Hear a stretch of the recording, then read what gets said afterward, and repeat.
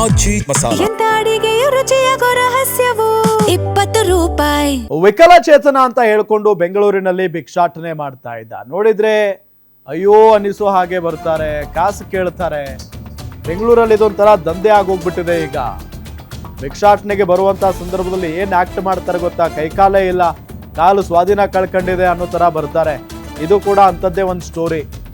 Hi fi ಏರಿಯಾಗಳಲ್ಲೇ rounds ಹೊಡಿತಾರೆ, ದುಡ್ಡು ಮಾಡ್ಕೊಂಡು ಹೋಗ್ತಾರೆ.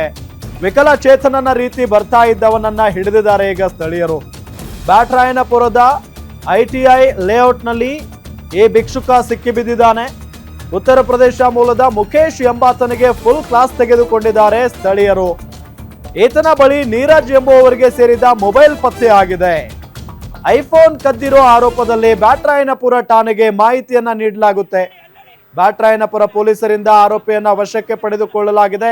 ಕೈಕಾಲು ಸರಿ ಇದ್ರೂ ಶೋಕಿ ಜೀವನಕ್ಕೆ ಭಿಕ್ಷೆಗೆ ಇಳಿದಿದ್ದ ಈ ಆರೋಪಿ ಹಗಲೆಲ್ಲ ಭಿಕ್ಷೆ ಬೇಡ್ತಾ ಇದ್ದ, ರಾತ್ರಿ ಎಲ್ಲ ಪಾರ್ಟಿ ಮಾಡ್ತಾ ಇದ್ದ.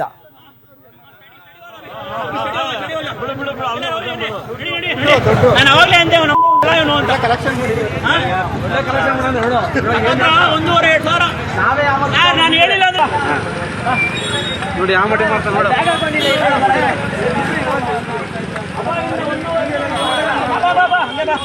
ನೀವು ಅಬ್ಸರ್ವ್ ಮಾಡಿ.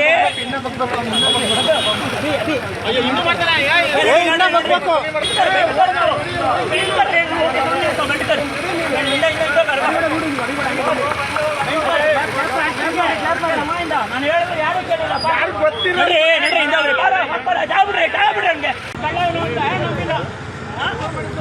ಅಲ್ಲಡಿ ಅಲ್ಲಡಿ ಅಲ್ಲ 15 ರೂಪಾಯಿ 10 ರೂಪಾಯಿ 100 ರೂಪಾಯಿ ಕೊಡೋಣ.